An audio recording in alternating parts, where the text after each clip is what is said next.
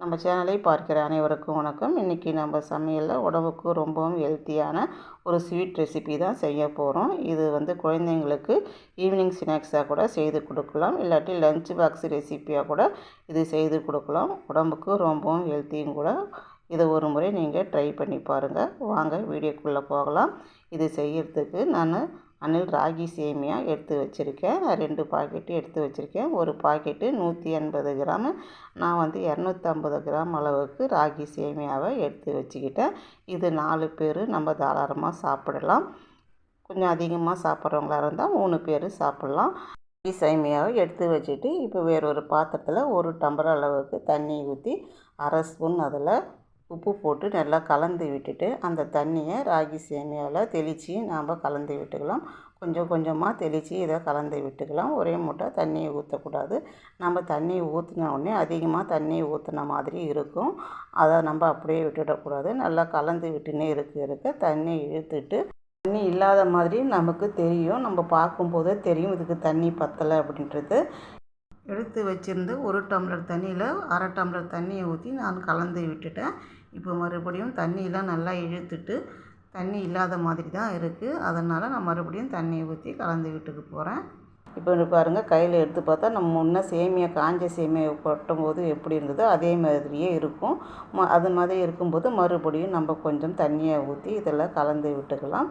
சேமியாவில் தண்ணியை ஊற்றி கலந்து ஒரு 10 நிமிஷம் ஊற வச்சு நம்ம பார்க்கும்போது சேமியா நல்லா சாஃப்டாகவும் இருக்கணும், அதே அளவு உதிரியாகவும் இருக்கணும். நம்ம நிறைய தண்ணியை ஊற்றிட்டாக்கா சேமியா ஒன்றோட ஒன்று ஒட்டி கெட்டி கெட்டியாக இருக்கும். அந்த மாதிரி இருக்கக்கூடாது. சாஃப்டாகவும் இருக்கணும், உதிரியாகவும் இருக்கணும். அந்த அளவுக்கு பார்த்து தண்ணி ஊற்றி கலந்து விட்டுக்கோங்க.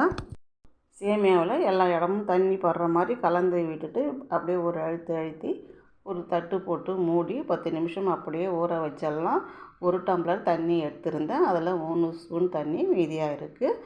அப்படியே இருக்கட்டும். இப்போ ஒரு வானலில் 1 ஸ்பூன் நெய்யை ஊற்றிட்டு 5 பாதாம் கொஞ்சம் முந்திரி போட்டு வறுத்துக்கலாம். அது லேசாக செவந்து வந்த பிறகு 25 கிராம் வெள்ளை எள்ளு எடுத்து வச்சுருந்தேன். அதையும் நம்ம அதில் போட்டு வறுத்துக்கலாம். எள்ளு நல்லா படபடன்னு பொரிஞ்சு வரணும், அந்த அளவுக்கு வறுத்துக்கணும். இது நல்லா வறுபட்ட பிறகு அடுப்பை ஆஃப் பண்ணிவிட்டு நம்ம இதை வேறு ஒரு பாத்திரத்தில் மாற்றி எடுத்து வச்சுக்கலாம். இப்போ இது எல்லாம் நல்லா ஆறின பிறகு ஒரு மிக்சி ஜாரில் போட்டுட்டு ஒரு 50 கிராம் அளவுக்கு வேர்க்கடலையை வறுத்து அந்த தோல் எடுத்து வச்சுருந்தேன். அந்த வேர்க்கடலையும் மிக்சி ஜாரில் போட்டுட்டு 4 ஏலக்காயை உள்ளே இருக்கிற விதையை மட்டும் எடுத்து நான் போட்டுக்கிட்டேன். போட்டு இதை நம்ம அரைச்சின்னு வந்துடலாம். கொஞ்சம் குறைன்னு அரைச்சாலே போதும், ரொம்ப நைஸாக அரைக்க தேவையில்ல.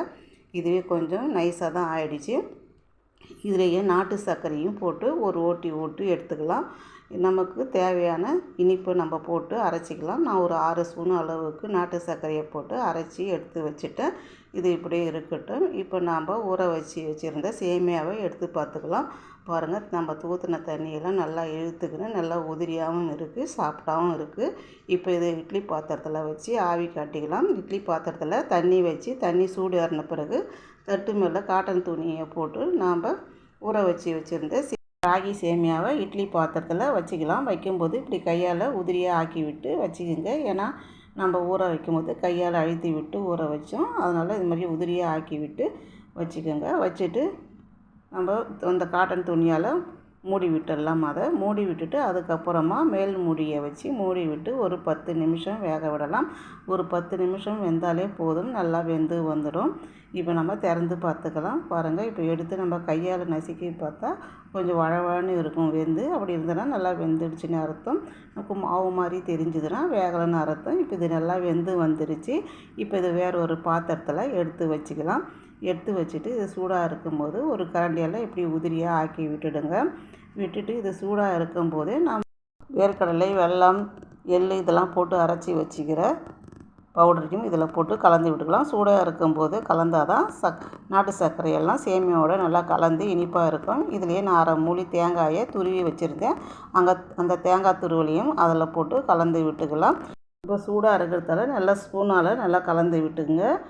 சேமியாவில் நாட்டு சர்க்கரையெல்லாம் நல்லா கலந்து வரணும், அந்த அளவுக்கு கலந்து விட்டுக்குங்க. ஸ்பூனால் நல்லா கலக்க முடியலன்னா கடைசியாக ஆறின பிறகு கையால் நல்லா கலந்து விட்டுக்குங்க. கிட்ட எந்த நட்ஸ் இருந்தால் கூட போட்டுக்கலாம், பிஸ்தா கூட போட்டுக்கலாம். அதை வந்து பொடியாக கட் பண்ணி கூட போட்டுக்கலாம். நான் இதில் போட்டு அரைச்சி எடுத்துட்டேன். அதனால் இப்போ நான் போடலை. இப்போ நமக்கு ராகி சேமியா ஸ்வீட் ரெசிபி ரெடி ஆகிடுச்சு. இதை வந்து நாங்கள் ராகி சேமியா புட்டுன்னு சொல்லுவோம்.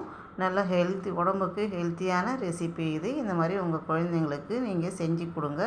செஞ்சு கொடுத்துட்டு எப்படி இருக்குதுன்னு எனக்கு கமெண்ட் பண்ணுங்கள், ஷேர் பண்ணுங்கள், லைக் பண்ணுங்கள். இது வரைக்கும் சப்ஸ்கிரைப் பண்ணாதவங்க சப்ஸ்கிரைப் பண்ணுங்கள். நன்றி, வணக்கம்.